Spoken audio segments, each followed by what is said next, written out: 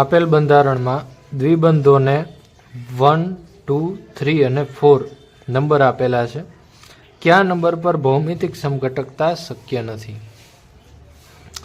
દ્વિબંધમાં ભૌમિતિક સમઘટકતા એ બે પ્રકારની હોય છે, સિસ અને ટ્રાન્સ, જેની અંદર બંને એક સમાન ગ્રુપ એ એક જ તરફ આવેલા હોય તો સિસ પ્રકારની આપણે કહીએ છીએ, અને સામસામે આવેલા હોય 180 ડિગ્રીના ખૂણે તો આપણે એને ટ્રાન્સ કહેતા હોઈએ છીએ.